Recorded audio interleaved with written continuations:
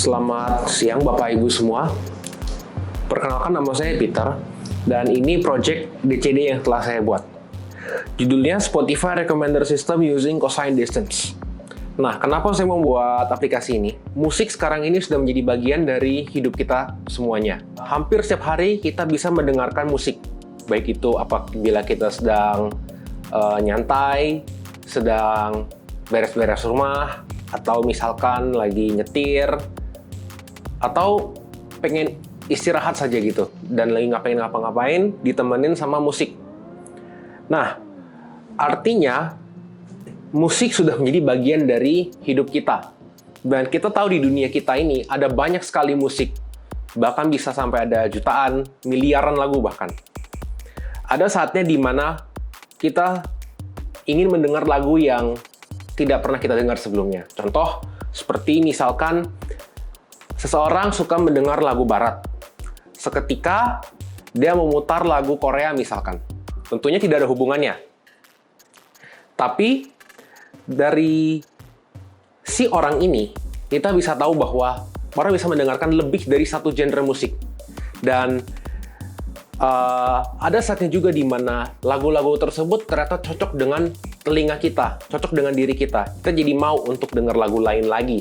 Jadi, dengan bantuan machine learning, dengan bantuan AI, kita bisa memberikan lagu-lagu yang memiliki kemiripan ataupun karakteristik yang sama atau menyerupai dengan lagu tersebut, sehingga banyak lagu yang pada akhirnya nanti akan kita dengar. Nah, inilah alasan kenapa saya membuat aplikasi ini, untuk memberikan rekomendasi lagu-lagu yang kira-kira cocok dengan lagu yang nantinya akan dimasukkan oleh si user. Oke, pada saat di sini, di aplikasi ini, pada saat Bapak Ibu baru membuka aplikasi, dia akan masuk ke halaman home. Nah, halaman home seperti ini.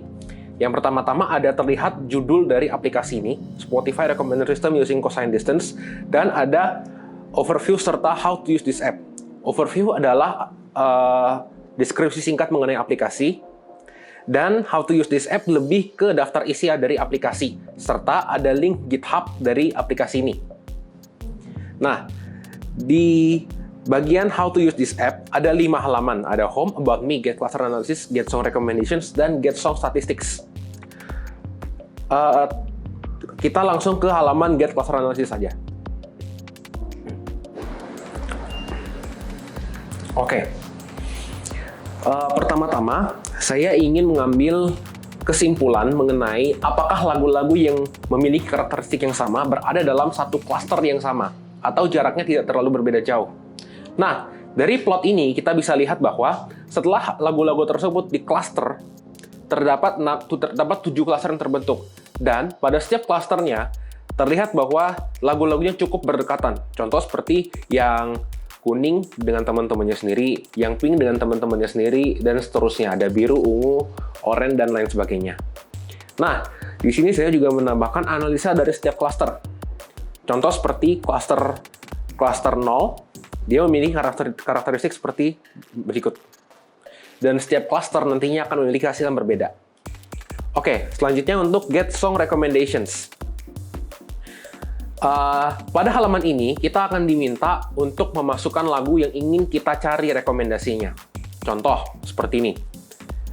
Pada bagian paling atas, kita akan diminta untuk memasukkan jumlah lagu yang ingin kita cek. Defaultnya 1, tapi untuk kasus ini saya berikan 2. Nah, kemudian, please enter the song details. Dan di sini ada tambahan lagi, enter minimum of 2 fields, recommended title and year.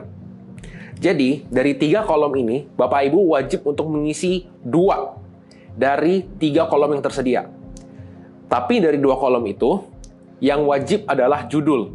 Jadi, Bapak Ibu bisa memilih judul dengan tahun, judul dengan artis, atau kalau misalkan Bapak Ibu tahu 3-3-nya, itu juga tidak jadi masalah, boleh.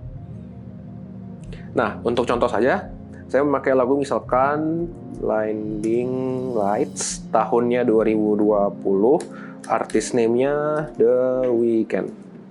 Kemudian yang satunya lagi As It Was, tahun 2022 yang bawa Harry Styles. Oke, sekarang sudah. Nah, selanjutnya kita akan milih please enter the year range.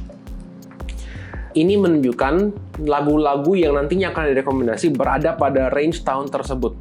Dirilis pada range tahun ini. Jadi dari tahun 1921 sampai 2020. Defaultnya seperti ini, kita biarkan seperti itu saja. Selanjutnya, please enter number of recommended songs. Defaultnya 10.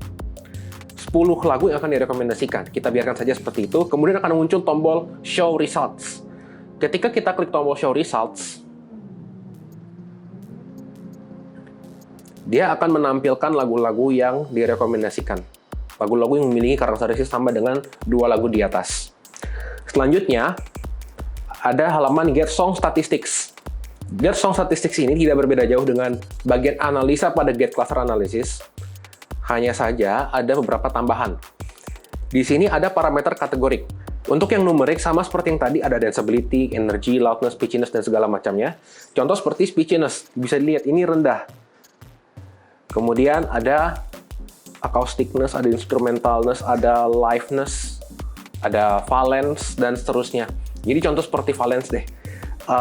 Ini kita bisa lihat nih, ini dua-duanya berada di kurang lebih angka 0,5. Jadi kita agak susah untuk ngambil kesimpulan apakah valence-nya tinggi atau rendah. Seperti itu. Sama juga untuk nantinya parameter-parameter lain. Kemudian untuk kategorik, kalau Bapak Ibu pernah belajar tentang teori musik, di dalam lagu ada yang namanya tangga nada major dan minor. Ada yang menggunakan nada dasar, misalkan Do sama dengan D, Do sama dengan C, dan seterusnya. Ada birama 4/4, 3/4, dan seterusnya. Nah, contoh seperti ini.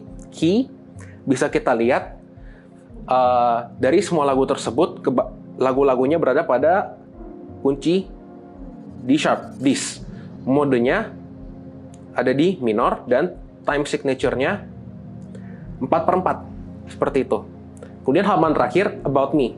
About Me ini berisi profil singkat dari saya, ada email, WhatsApp, Instagram, dan LinkedIn saya. Juga ada nama saya. Oke, demikian presentasi dari saya. Terima kasih.